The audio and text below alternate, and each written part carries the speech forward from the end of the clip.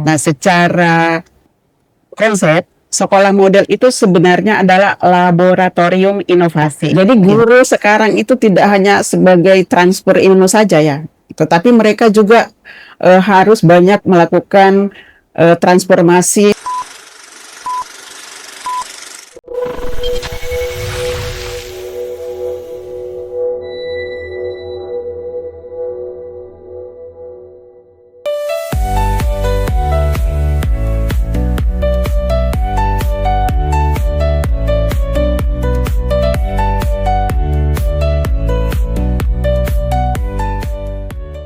Assalamualaikum warahmatullahi wabarakatuh. Shalom, salam sejahtera buat sahabat Etam.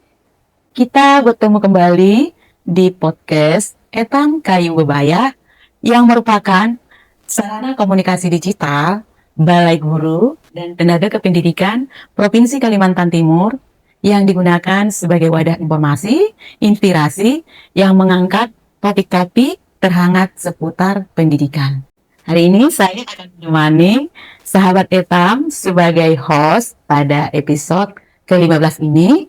Narasumber hebat yang akan menemani sahabat Etam adalah Ibu Hajah Hania MPD selaku PIC Pembelajaran Mendalam dan Coding dan Kecerdasan Artifisial sekaligus pendamping Sekolah Model tahun 2026 dari Balai Guru dan Tenaga Kependidikan Provinsi Kalimantan Timur. Selamat pagi Bu Hajah Hania. Pagi ya. Sehat, Bu. Sehat. Saya sehat. Ibu Hania juga sehat ya. Baik Ibu, hari ini ya kita akan membahas tentang seputar sekolah model ya Bu ya. Nanti mungkin Ibu Hania selaku pendamping sekolah model ini ya, mohon menjelaskan kepada sahabat Etam apa perbedaan sekolah biasa dengan sekolah model ini. Silakan Ibu. Pertanyaannya menarik sekali ya Bu Dolar ya. Yes. Jadi apa sih sekolah model itu dan apa bedanya dengan sekolah biasa gitu ya Bu Dolar ya. Jadi sebelum kita belajar atau mengenal tentang sekolah model, mungkin kita ke konsep awal dulu. Apa sih sebenarnya itu model ya. Jadi model itu adalah representatif selektif ya dari suatu sistem yang bentuk dan isinya dipilih berdasarkan serangkaian pertimbangan tertentu. Nah, jadi kalau sekolah model berarti secara definisi sekolah model adalah sekolah yang dipilih berdasarkan pertimbangan-pertimbangan tertentu, gitu ya. Nah, secara konsep sekolah model itu sebenarnya adalah laboratorium inovasi. Ya, kita tanda kutipnya. Jadi dia menjadi laboratorium. Jika sekolah biasa fokus pada kurikulum reguler, maka sekolah model ini dipilih sebagai perwakilan untuk mencoba dan menyempurnakan bagaimana pembelajaran mendalam dan coding kecerdasan artifisial itu dilakukan secara terencana dan sistematis. Bedanya, ya kalau sekolah model itu punya tanggung jawab yang lebih besar ya Bu Dolar ya, karena sekolah model itu punya fungsi sebagai pusat belajar dan juga percontohan bagi sekolah lain. Jadi dia tidak hanya untuk dirinya sendiri ya, tapi dia juga akan menjadi tempat bagi pendidik lainnya yang ada di sekitarnya mengamati ya dan juga mengadopsi praktik-praktik baik apa yang dilakukan oleh sekolah model. Tentu terkait dengan pembelajaran mendalam dan coding kecerdasan artifisial. Mungkin begitu ya kali ya. Jadi yang saya tangkap berarti ya setelah kemarin di tahun kemarin itu kita melakukan pelatihan pembelajaran mendalam gitu ya. Betul. Dan KKA ya yang kita singkat dengan coding dan kecerdasan artifisial sehingga ternyata dari praktik baik yang sudah ada itu dipilih lagi sekolah-sekolah yang menjadi nanti laboratorium gitu ya. Iya betul sekali dengan kriteria-kriteria tadi ya, beberapa kriteria dengan beberapa kriteria tadi ya yang sudah dirumuskan ya seperti itu ya. Berarti ini kan tiba-tiba nih ada sekolah model pasti ada yang melatar belakangi gitu ya. Nah mungkin para sahabat Etam juga masih bertanya-tanya ingin tahu apa sih yang melatar belakangi sehingga ada sekolah model gitu ya, sekolah model di tahun 2026. Betul ya. Jadi sebenarnya latar belakang adanya sekolah model ini ini sebuah respon positif ya dan strategis dari pemerintah terhadap dua tantangan besar kan kita saat ini ya Bu ya. Iya. Dari hasil penelitian PISA itu kita masih 99% murid itu masih pada level 1 dan 3. Iya, Jadi kalau di level betul. 1 dan 3 Iya. itu mereka masih bagaimana menjawab pertanyaan yang mengingat, kemudian bagaimana memahami, menerapkan ya. Kalau di taksonomi Solo itu kan C1 sampai C3 ya. Iya, betul. Dia masih di situ. Dan baru 1%, kan sangat miris ya. Baru 1% ya. 1% Iya. dari hasil PISA ya, Iya. yang bisa menerapkan menjawab pertanyaan untuk level 4 sampai 6. Di mana di level 4 sampai 6 itu kan anak-anak sudah bisa menganalisis, kemudian mereka bisa mengevaluasi dan juga mencipta. Nah ini kan kita miris ya Bu ya. Iya. Baru 1% dari seluruh populasi. Itu menurut penelitian ya Bu ya. Kemudian jika dikaitkan juga dengan PM, ini masih pada tingkat memahami ya. Dalam prinsip pengalaman PM itu kan ada 3 ya, memahami, mengaplikasi dan merefleksi.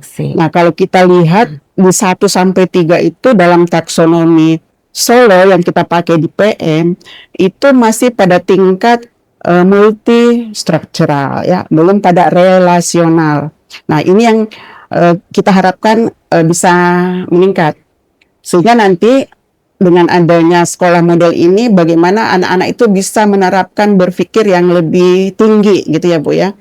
Nah yang kedua tadi selain visa, kita juga menghadapi transformasi digital global. Betul. Ya. Iya. Saat ini kan kita nggak bisa lagi lepas yang namanya digital ya Bu ya, apalagi perkembangan zaman luar biasa. Sehingga dunia itu menurut proyeksi akan ada 149 juta ya Bu ya. Berarti ada target yang harus dikejar berarti ya sama pemerintah ya. Betul. Jadi ada 149 juta pekerjaan baru di sektor digital. Sementara Indonesia itu kan masih butuh sekitar 9 juta talenta hingga tahun 2030. Nah, sampai tahun 2030 ya kita masih kekurangan talenta-talenta di bidang digital. Nah, ini juga mungkin yang mendasari sehingga perlu ada sebuah sekolah yang dijadikan model bagaimana menerapkan pembelajaran yang tadi anak-anak bisa menjawab dengan baik, tidak hanya pada level yang rendah itu tapi sudah pada level tinggi untuk berpikir kritisnya. Kemudian juga bagaimana kita mengejar ketertinggalan teknologi dengan mempersiapkan SDM yang unggul dan tangguh tentunya ya Bu Dolar ya. Kita sudah sering dengar mungkin keterampilan abad 21 itu ada 4C, 6C ya.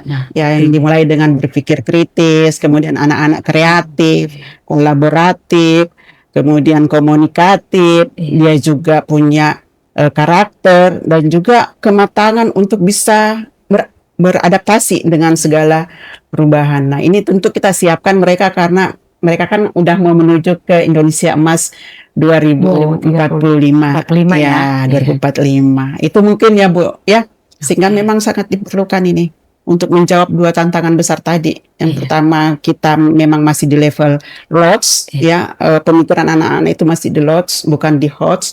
Kemudian yang kedua kita mengalami yang namanya pembelajaran atau proses digital secara global. Itu yang harus kita jawab saat ini. Baik.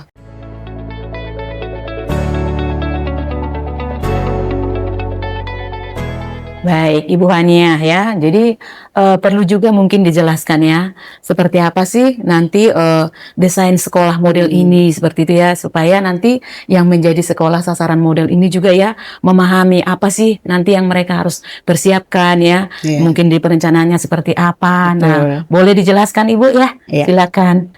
Ya baik Bu. Jadi betul sekali ya Bu Dolar ya. Kita sedang bertransformasi untuk bagaimana seluruh sekolah model ini punya yang namanya cetak biru ya, indikator atau kriteria keberhasilan yang diharapkan dari sebuah sekolah model. Jadi yang pertama itu di sekolah model itu kita indikatornya yang pertama adalah keunggulan belajar murid ya, keunggulan belajar murid. Jadi di sini bagaimana kita fokus pada budaya belajar ya, dan juga capaian belajar yang berkesadaran. Kemudian nanti bagaimana capaian kompetensi KKA-nya itu bisa terlihat. Itu di siswanya ya. Kemudian untuk di gurunya Ya, itu disebut dengan keunggulan mengajar. Jadi guru sekarang itu tidak hanya sebagai transfer ilmu saja ya, tetapi mereka juga harus banyak melakukan transformasi seperti menjadi aktivator ya, kemudian kolaborator dengan muridnya. Yang mengajar siswa itu harus bagaimana sih pembelajaran yang efektif itu begitu ya Bu ya, dan melakukan asesmen otentik, asesmen yang sesuai dengan keadaan muridnya yang sebenarnya, dan juga bagaimana guru itu bisa melakukan pengembangan diri. Jadi nggak ada lagi kata tuh guru nggak bisa hanya tinggal duduk kayak zaman dulu gitu ya, tapi tidak mau mengembangkan dirinya. Kan sekarang itu sudah banyak sekali cara-cara untuk mengembangkan kompetensi kita ya, baik kita mengikuti magang, pelatihan dan sebagainya, atau belajar mandiri. Itu sudah sangat banyak sekali disiapkan oleh pemerintah ya. Iya, baik. Dan itu memang perlu. Nah, dengan belajar itu, dengan mengajar yang efektif, kemudian bagaimana melakukan penilaian, tentunya kita harapkan muncullah keunggulan dari mengajar pendidik. Itu. Kemudian yang ketiga adalah keunggulan kepemimpinan kepala sekolah tentunya. Iya. Sebenarnya kan di zaman-zaman dulu memang Ya sudah. ketiganya memang terlibat ya, pasti ada murid, ada kepala sekolah, ada guru. Tapi bagaimana peran dari masing-masing ini dicuatkan gitu ya Bu ya. Jadi kalau tadi guru, mereka harus bisa jadi aktivator dan kolaborator ya untuk pembelajaran yang secara efektif, dan juga bagaimana melakukan penilaian otentik, terus pengembangan dirinya seperti apa. Nah, kalau kepala sekolah ini berperan sebagai pemimpin instruksional, artinya pemimpin pembelajaran. Iya, betul. Jadi dia yang benar-benar harus bagaimana PM dan KK ini bisa dilakukan oleh semua guru di sekolah, begitu ya. Kemudian bagaimana mengelola sumber daya serta ekosistem digital. Nah, ini juga perlu ya Bu ya, karena kita kan di sekolah model ini selain penerapan PM juga penerapan KKA. Iya. Kemudian kepemimpinannya termasuk tadi karena kita kurikulumnya adalah kurikulum yang menggunakan pendekatan pembelajaran mendalam, sehingga peran kepala sekolah di sini juga sangat diperlukan. Ya. Kemudian kemitraan juga ya, kemitraan dengan lingkungan dalam sekolah tentunya ya, murid, guru, orang tua, dan juga dunia industri, dunia usaha, industri, ya, kerja, dunia kerja, dan juga bagaimana ekosistem pembelajaran pemanfaatan teknologi digital itu bisa diterapkan di sekolah. Nah, ada 3 berarti ya Bu ya. Baik. Keunggulan murid, keunggulan mengajar pendidik, dan keunggulan kepala sekolah ini yang menjadi yang saya sebut sebagai cetak biru. Oh, itu maksudnya cetak biru tadi ya. Jadi Nah, sahabat Etam ya, sudah dijelaskan tadi seperti apa ya desain sekolah yang akan dilakukan ya, baik perannya masing-masing. Tadi kan ada kepala sekolah, ada guru ya, sehingga nanti seperti apa mungkin persiapan-persiapan dan tanggung jawab masing-masing ya di dalam sekolah tersebut. Karena mereka membuat rancangannya seperti apa, berarti proses implementasinya nanti seperti apa, prakteknya bagaimana, mungkin seperti itu. Nah, baik, mungkin Bu Hania bisa lebih menjelaskan lagi seperti apa proses implementasinya Bu, silakan. Baik. Karena sekolah model ini mungkin baru ya Bu Dolar ya. Jadi tidak mungkin serta-merta dilakukan secara instan. Ada proses yang mereka harus lewati. Jadi tentu kita akan melihat dulu tahapan-tahapan sekolah ini sudah berada di posisi mana sih gitu ya. Nah, tentu kita akan melihat yang pertama, kalau sekolah itu masih tahap pra berkembang, artinya di sini kita perlu membangun fondasi lingkungan belajar yang aman dan tertib. Nah, ini mungkin akan kita fokuskan di sana. Nanti teman-teman juga bisa melihat untuk tahapan berkembang ini, tahapan pra berkembang ini, artinya belum berkembang gitu ya. Itu ada beberapa yang harus kita lihat, bagaimana pengembangan kompetensi dasar ya, kemudian bagaimana implementasinya, dan bagaimana suasana belajar. Ini dulu, aman dan nyaman dulu yang perlu dikembangkan. Kemudian kita lihat yang berikutnya, kalau itu sudah berarti kita fokus untuk naik ke tahap kedua ya. Tahap kedua yaitu bagaimana apakah sekolah ini tahap berkembang ya. Kalau tahap berkembang itu berarti perlu dikuatkan konsistensi pembelajaran yang berpusat pada murid. Jadi udah mulai kita penguatan-penguatan pembelajaran yang berpusat pada murid. Ada banyak ya Bu ya yang bisa kita lakukan, mulai dari penerapan PM yang mungkin tadi anak-anak bagaimana bisa berkesadaran, kemudian memahami bahwa pembelajaran itu bermakna untuk diri dan kehidupannya ya, dan juga dilakukan secara motivasinya tuh intrinsik dari dalam dirinya sendiri, dan itu menggembirakan buat dia. Kemudian bagaimana pemahaman-pemahaman pengalaman PM itu bisa diterapkan dalam proses pembelajarannya. Jadi itu perlu kita bangun. Kemudian yang tahap maju, di sini sudah memperkuat kualitas pembelajaran mendalam melalui proyek inquiry ya, dan kemitraan dengan dunia kerja. Dan yang keempat itu ada tahap unggul, sekolah sudah menjadi pusat rujukan praktik baik yang berdampak pada lingkungan sekitarnya atau di wilayah sekitarnya itu. Nah, itu intinya mungkin ya, tapi nanti lebih rincinya bisa kita nanti bahas atau baca bersama-sama di panduan karena ada banyak kriteria-kriteria. Nah, seperti itu mungkin implementasinya nanti, dan kita akan memulai melakukan pendampingan sekolah ini. Kebetulan kita di Kaltim kan ada beberapa sekolah ya, dan nanti akan kita coba lihat dia ada di tahap mana. Oh baik. Begitu. Nah, jadi sesuai dengan data yang ada memang ya sudah ada ya Iya. sasaran-sasaran sekolah model ini sudah di Kaltim gitu ya. Betul. Berarti nanti dari 3 proses tadi yang harus dilihat dulu dari kondisi sekolahnya. Jadi kan ada yang pra berkembang, ada yang sudah berkembang, ada tadi apa satu lagi Bu? Unggul Ya, ya. ada yang sudah yang unggul Iya, juga, ada berarti yang mereka unggul. menyesuaikan ya. Nah, itu nanti kan Menyesuaikan. keputusan tentang tahapan itu akan dikeluarkan oleh kementerian ya. Jadi kita nanti bisa melihat sekolah ini udah di tahap mana nih. Baik. Nah, tentu implementasinya nanti untuk pendampingannya akan kita sesuaikan sesuai tahapan sekolah itu. Daerah-daerah yang menjadi pilot project ya Iya, hanya ya. betul. Nah, atau sekolah model ini kira-kira sekolah mana saja yang sudah mulai. Nah, silakan Oke. Ibu. Nah, sekolah model sendiri untuk BGTK, untuk kita di BGTK itu kita given gitu ya Bu ya, karena sudah diseleksi berdasarkan usulan Pemda. Ada 2 nih, ada berdasarkan usulan Pemda dan ada berdasarkan usulan mitra. Tapi kalau kita di BGTK tidak mendampingi untuk proses itu dilakukan oleh UPT yang lain atau dari kementerian langsung ya. Jadi kita tinggal menerima yang given, yang udah kita tinggal terima ya. Ini loh untuk Kaltim ada sekian.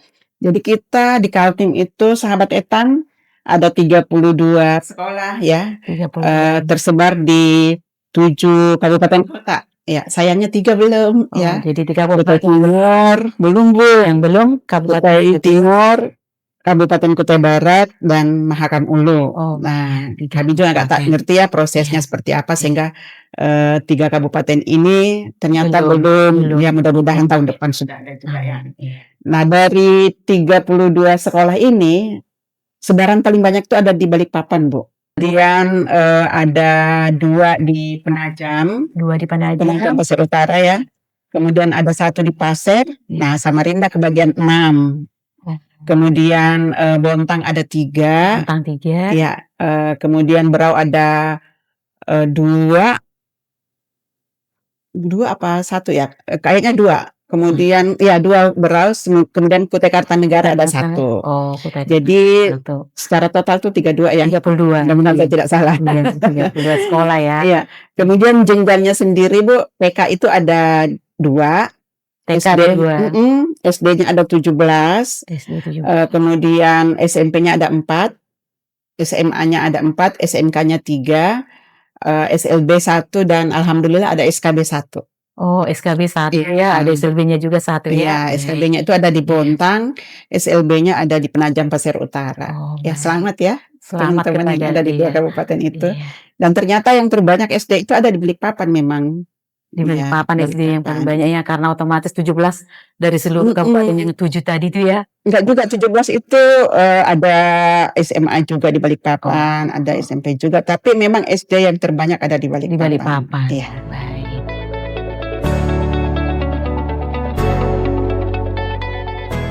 Iya, Ibu Hania, biasanya ya kalau ada program-program baru ya, karena kita sudah pernah mengalami seperti itu ya. Nah, ini kan kalau ada program terkait dengan anggaran pasti ada hal-hal yang harus bereskan seperti itu ya. Nah, jadi ini dengan adanya sekolah model ini, nah apakah ini anggarannya ada dari pemerintah atau seperti apa Bu ya? Jadi mohon mungkin supaya sahabat Etam juga memahami atau mengetahui gitu ya. Apakah ini dananya dari pemerintah, apakah mungkin ini dananya dari Pemda atau seperti apa gitu Bu ya. Nah, mohon dijelaskan Bu ya. Pemerintah akan memberikan dukungan secara menyeluruh, komprehensif gitu ya. Karena kan sekolah model ini nanti akan menjadi laboratorium percontohan ya. Namanya sebuah percontohan, tentu orang mau melihat ada apa di dalam. Jadi ini kan harus didukung oleh sarana prasarana yang mumpuni gitu ya Bu ya. Nah, mudah-mudahan seperti yang sebelum-sebelumnya, biasanya kalau yang seperti ini kita akan disupport dengan dana BOS kinerja ya. Melalui BOS kinerja. Tetap melalui dana BOS, tapi nanti mungkin ke BOS kinerja ya.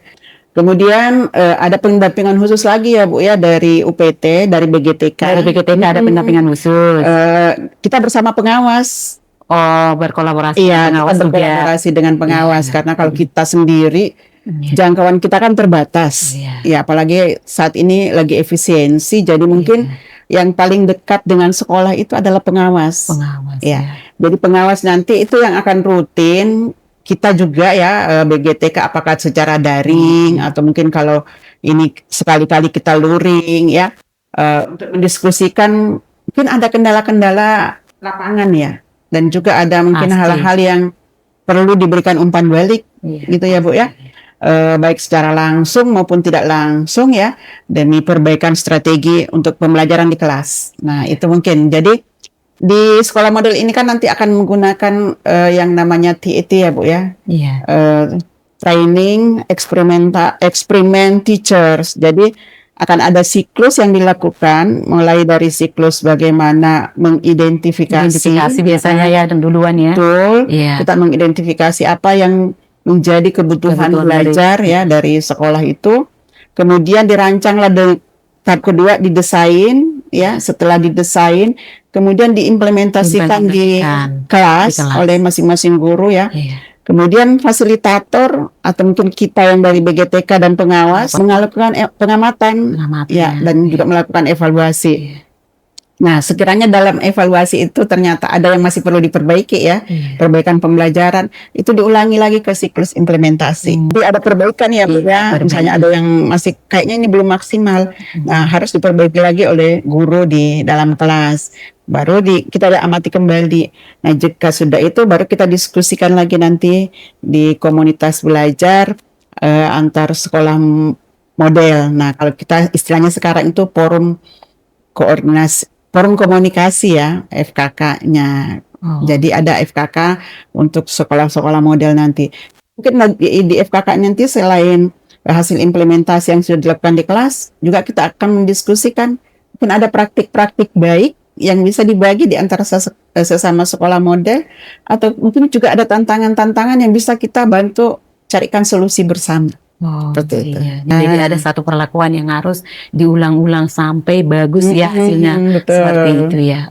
Itu tadi terkait dengan pendampingan pemerintah. Ternyata pemerintah akan menambahkan mungkin di Boskin seperti Allahu alam ya. Tapi itu nggak bisa pesan yang bisa kita pastikan ya sahabat Etam, yang jelas nanti BGTK Kaltim itu akan memberikan pendampingan ya, seperti bimbingan teknis seperti itu tadi ya, baru melakukan nanti pengamatan seperti apa pelaksanaan dari sekolah model tersebut nanti di lapangan. Udah punya fasilitator ya? Oh iya, fasilitator nasional sudah ada ya, diberdayakan ya. Baik, terkait dengan pendampingan ini pasti sahabat Etam juga bertanya selanjutnya, nah seperti apa mekanismenya nanti di lapangan? Siapa saja para pemangku kepentingan terlibat, terus siapa yang mengkawal sekolah-sekolah ini sampai nanti tahapan-tahapan yang sesuai dengan yang sudah direncanakan seperti itu. Nah, silakan Bu. Baik. Jadi untuk mekanismenya itu dilakukan sangat kolaboratif ya. Dari gugus tugas dulu, mulai dari pusat ya Bu ya. Jadi dari pusat, di tingkat pusat kan tentu ada kementerian ya. Kemudian di masing-masing kementerian itu semuanya kayaknya terlibat deh. Kemudian kita di daerah juga ada UPT ya tentunya. Kita ada BGTK sebagai perpanjangan tangan kementerian. Kemudian kita ada dinas pendidikan ya, yang nanti pasti ikut mendukung, memastikan dukungannya. Nah, sekolah model ini juga diharapkan juga nanti bisa melibatkan mitra pembangunan sih, Bu. Jadi misalnya perguruan tinggi nanti untuk riset, boleh ke sekolah model. Oh, Dunia kerja untuk magang ya, ke situ ya silahkan ke sekolah model itu. Atau mungkin ada yang mau melihat sebuah studi kasus, ya monggo ya. Mungkin juga ada yang komunitas-komunitas teknologi yang pengen tahu lebih dalam bagaimana penerapan digital di sekolah. Nah, semua pihak itu nanti kan akan bersinergi ya. Nah, sinerginya nanti ini akan kita lakukan dalam forum kelompok kerja. Nah, harapannya seperti itu. Jadi semua mitra yang terlibat itu akan saling berkontribusi ya. Nanti kita akan mengawal agar apa yang sudah dirancang ini benar-benar implementasinya nanti konsisten dan berkualitas. baik. Jadi tadi sesuai dengan kolaborasi yang akan dirancang supaya masing-masing nanti berkontribusi ternyata ya. Jadi ternyata bukan hanya satuan pendidikan itu saja ya yang akan melaksanakan kegiatan itu. Semua para stakeholder lah gitu ya. Ternyata nanti mempunyai peran masing-masing ya atau dalam melaksanakan kegiatan sekolah model tersebut. Apa sih yang dibayangkan dari hasil lulusan nanti dari sekolah model ini? Apa harapan-harapannya Ibu dari sekolah model tersebut? Mohon juga dijelaskan kepada para sahabat etam ini.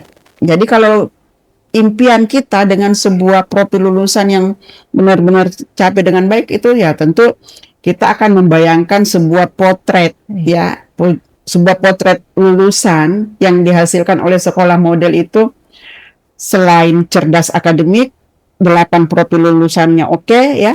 Kemudian kemampuan berpikir kritis, logis, dan sistematis itu wow begitu ya yang bisa kita capai atau kita hasilkan dari sebuah implementasi dari sekolah model. Kemudian kita berharap mereka anak-anak muda yang cakap teknologi ya, yang melek digital, melek digital, kemudian mereka paham coding dan AI ya. Tapi yang paling penting di samping itu semua mereka menjunjung tinggi yang namanya etika tanggung jawab, karakter dan moral. Itu yang lebih penting sebenarnya ya. Sama ya, Bu. Ya, secara pintar akademis, paham teknologi. Etikanya juga menjadi luar biasa sehingga kita dulu kan terkenal tuh Indonesia negara yang berkarakter. Nah, kita mudah-mudahan bisa kembali lagi ya. Kita yang beretika, kemudian menjunjung tinggi etika itu, karakter itu dan tanggung jawab. Karena menurut saya ya dengan karakter dan keterampilan, mereka akan sangat kompetitif. Bisa bersaing dan siap menghadapi tantangan dunia yang tentunya penuh dengan tantangan yang luar biasa dan mereka bisa memperoleh masa depan yang cerdas, yang baik, yang tangguh, yang hebat, juga disertai dengan pemahaman digital yang memang diperlukan di abad 21 ini. Itu sih, Bu, menurut saya ya, dan harapan terbesar kita di situ. Baik, terima kasih ya. Dari harapan-harapan ini tadi, semoga nanti pelaksanaan sekolah model ini bisa berjalan dengan baik ya Bu ya, karena memang sungguh sangat besar ya tanggung jawab atau capaian yang ingin dicapai dari sekolah model ini. Sahabat etam, kami di sini tadi sudah membahas sekolah model ini adalah implementasi dari pembelajaran mendalam ya Bu ya, dan coding dan kecerdasan artifisial. Jadi tadi untuk mewujudkan sekolah model ini tadi ya sudah ada tujuan-tujuan yang ingin diharapkan oleh pemerintah dan persiapan-persiapan apa juga yang harus diketahui atau yang harus direncanakan oleh satuan pendidikan tadi sesuai dengan data tadi sudah dijelaskan sama Ibu Hania ya. Ternyata ada data sekolah model untuk seluruh Kalimantan Timur itu 32 satuan pendidikan. Untuk mewujudkan itu tadi sudah disampaikan juga nanti BGTK Kaltim ada juga pendampingan sudah tadi dijelaskan, terus para pemangku kepentingan yang lain seperti Dinas Pendidikan ya, Dinas Pendidikan Kabupaten kabupaten kota. Seperti apa di dalam pendampingan tersebut, seperti pengawas juga tadi ya, masing-masing sudah punya tugas juga nanti akan diberdayakan juga untuk melakukan pendampingan, termasuk juga tadi komunitas belajar. Melalui podcast kami ini, sahabat Etam bisa menyampaikan informasi-informasi ini kepada teman-teman guru atau tenaga kependidikan lainnya. Nah, sekian terkait dengan sekolah model di tahun 2026 ini.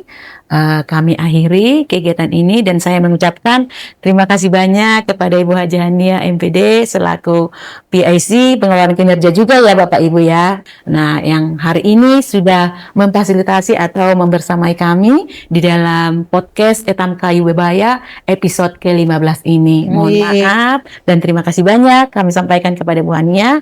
Selanjutnya kami mohon kepada para sahabat Etam ya untuk menyaksikan podcast kami ini lewat YouTube BGTK Kaltim. Terima kasih.